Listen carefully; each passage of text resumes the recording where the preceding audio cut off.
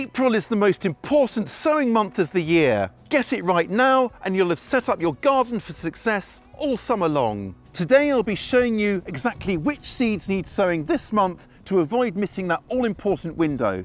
I don't know about you, but at this time of year I just can't wait to get those first harvests. So let's get them in the soil. Let's start with one of the most iconic vegetable garden favourites of them all, the carrot. These are the last of my overwintered carrots. It's a stump-rooted variety, and if I give it a try, oh, this is why you grow them. It's so much more carroty than anything you'll find in the supermarket. They may be cheap to buy, but this is why you grow carrots, for that insanely deep carroty taste. Carrots are happiest when they're sown directly into the soil and left well alone. They don't transplant very well, and if you try, they'll survive, but they might grow in all sorts of weird, wonderful, and sometimes downright rude shapes. Now I've cleared this bed of any lumps and stones and raked it to a lovely fine texture ready for sowing. If your soil is very heavy or stony, then either grow shorter stump-rooted varieties or perhaps try growing carrots in raised beds, containers, or even purpose-made carrot planters. To sow, I'm going to start by marking out a shallow drill, which is just the fancy gardening term for a little trench that the seeds will go in. And I'm going to be doing 2 rows. So the second little drill is going about 8 inches or 20 centimetres apart from the first. The seeds, as you can see, are pretty tiny, and some people get around this by mixing the seeds with dry sand, getting it all mixed up and then sowing pinches of that, and that way the seeds are more evenly spread. But I reckon with a steady hand there's really no need to do that. So just take a small scant pinch and be careful, nice and slowly, no hurry here, just twiddle your fingers and let the seeds drop. And we're aiming for a seed every kind of, I don't know, 1/2 to 1 centimetre or 1/4 to 1 inch. And we can always thin out the seedlings once they pop up. And then just simply cover them over by gently tickling back the soil over the drill. And then I'm just going to mark where the rows are so I don't forget with a bit of stick. And I've added these to my garden plan, and the only thing left to do now is water a few times along the row. Now it's been an incredibly wet winter here, but it's surprising how much moisture carrots need to germinate, and good consistent moisture will really help things along. If you're watering later in the season and it's dry, then one tip is to water into the drill before sowing and then sow, cover them over and water again just to make sure it's really wet. Now these take anywhere between 10 to sort of 20 days to germinate, so keep on with the watering to keep them consistently moist, and that will give you the best chances of speedier germination. Slugs absolutely love carrot seedlings. In fact, it's probably one of their favourite meals. They have impeccable taste, so do be sure to put on your favourite slug control strategy, and I'll link to our video on that down below. Now once the seedlings come up, you want to thin them by removing excess seedlings so they are spaced roughly 1/2 inch or 1 centimetre apart. Keep them well watered as they grow on, and of course weed free as well, and you'll soon be lifting those delicious roots. I'll also be planting some vegetable garden friendly flowers in this bed as well, and we'll be sowing some of those in a bit. Next up, zucchini or courgette, or as I like to call it, the plant that keeps on giving. Now these guys can go from seed to sprawling plant in what seems like the blink of a horticultural eye. Really, you only need to grow, say, 3 or 4 of them unless you're planning to supply the whole neighbourhood. But that said, I like to plant 6 to 8 because I absolutely love them, and I harvest them young when they're at their nuttiest and densest. They're just sublime like that. Mwah! I'm sowing these around 3 to 4 weeks before my last frost date, and you don't really want to sow any earlier than that, otherwise you're going to be juggling precious indoor space trying to keep them growing until it is safe to plant them. These guys, like I said, go from seed to the first fruit so very quickly. In fact, one year I had my first picking towards the end of May from an early April sowing. They're that fast.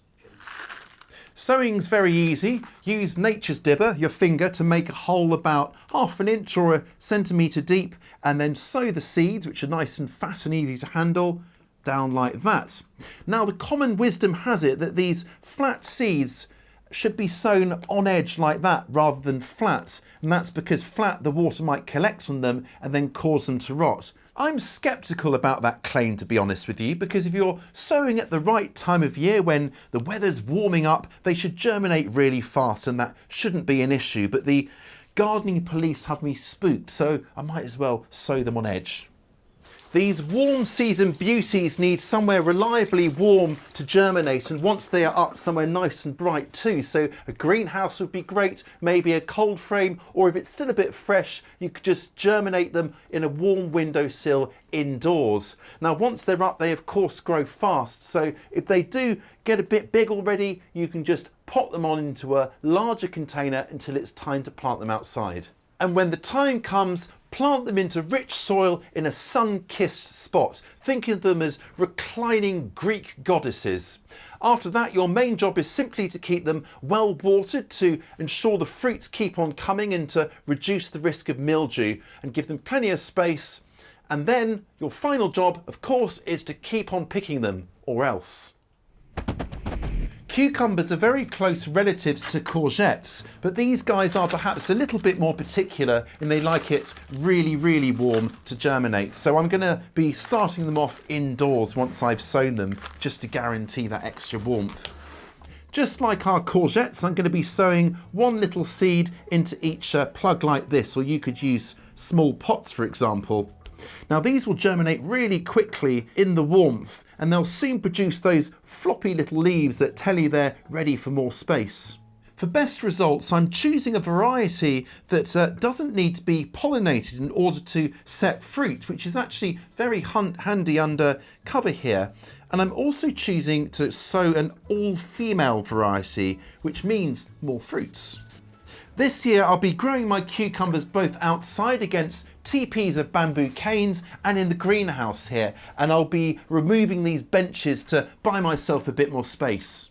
I'm always amazed at how much cucumbers cost, but when you grow them yourself, they're second only to zucchini or courgettes in terms of fruiting fanaticism.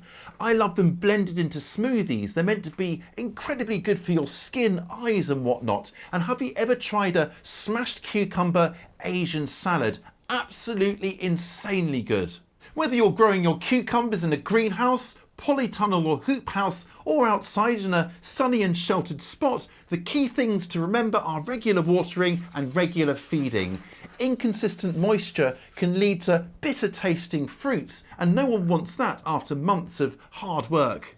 With a bit of attention, cucumber plants will reward you with crisp, refreshing fruits and lots of them right through the summer.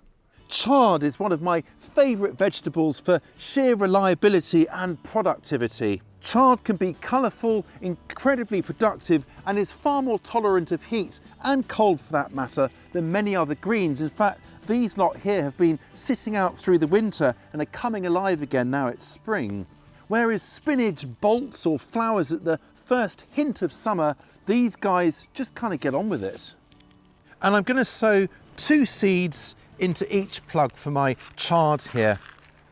Now, the interesting thing with chard is that you can sow it maybe a month earlier than now, but the risk of it bolting, that's flowering prematurely, does go up if you do that. And that's because while plants are very cold tolerant once they are established, it's a risky proposition when they're a bit younger. You see, while spinach responds to heat by bolting, chard is the opposite. If it gets a cold snap early on in its life, it'll think it's gone through a full winter. And as a biennial plant, what that means is it will then, when it gets warmer, think it's the second year and start flowering. So that's why you don't want to sow too early and just wait till it's warmed up a little bit more. I'll be planting my chard seedlings a little bit over a foot or 35 centimetres apart in both directions once they're maybe this kind of height. And then my simple job will be to keep everything well watered and weed free to keep those leaves coming. And then to harvest, all I need to do is cut off or click off the outermost leaves so the smaller leaves at the centre can continue growing. And by harvesting like that, little but often, I should get a harvest for many months from just the one sowing. Chard is also a fantastic option if you are short on space. It grows well in containers, but also looks really fab in ornamental borders too. And who wouldn't want those colourful midribs and veins coursing through their flower beds? Beautiful. If you're wondering what else you can sow this month, or you want more details on how to grow any of the crops featured today, we've got plenty of guides on that, and I will include a link to a few of them in the video description below. Right then, celery has a little bit of a reputation for being a little bit difficult, but really it just likes things being done properly, and don't we all, right? Now I'm going to be sowing it into what I've been sowing all of our seeds in today, just an all-purpose potting mix, but because the seeds are so small, I've just passed it through a sieve or screen there just to make it a little bit finer. But let's take a look at these seeds so we can see just how small they are. First up, the seeds are absolutely tiny, almost dust-like, which means they need light to germinate. So what I'm going to do with these fine dust-like seeds is just scatter them over the surface. Now there's no need to cover them, but I'll just tap them down with my fingers and then give them a water. And I'm using a mister here because the seeds are so tiny, so I don't just blast them straight out again. Our celery seeds will need warmth, patience and just a little bit of faith because they're in no hurry to come up. So what I'm going to do to help them along is just secure this bit of clear plastic over the top of the pot like this, just to create that slightly snugger environment that they will need to help them speed along. And then once they're up, this will come off, and then once they're grown on a bit, I'll transfer them into their own plugs to grow on a bit before planting them out. Celery needs rich soil and consistent moisture throughout the growing process. If you do let it dry out, it can get a bit stringy and strong flavoured and not particularly pleasant. This is actually a bog plant after all, but keep it happy and you'll be enjoying crisp and aromatic stems that are leagues ahead of anything you'll find in the supermarket. No springtime sowing list would be complete without some flowers, and in this case, vegetable garden friendly flowers to attract beneficial bugs of every size, shape and colour. From poster girl pollinators such as bees and butterflies to pest obsessed predators like hoverflies. Marigolds, zinnias and alyssum are all fantastic vegetable garden flowers. They're very easy to grow, they're quick to flower, and they work hard behind the scenes, not just a pretty face. Marigolds will help to confuse pests, while sweet alyssum forms low, fragrant carpets that attract beneficial insects of all kinds. And then there's zinnias, bringing with them their bold colour, plus they make excellent cut flowers. These will be kept frost-free, and then in a couple of weeks or so, they'll be ready to plant out and offer their colour, buzz, movement and joy to the garden. This is a month of promise. Every seed sown now is a little vote of confidence in the season ahead. For exact sowing and planting times tailored to where you are, do give our garden planner a try. It uses data from your nearest weather station to create a detailed plan of exactly when you can plant. Now you can give the garden planner a try for free using our 7-day trial. No need to put in any payment details. Just follow the link or QR code over here to get started. And I will catch you next time.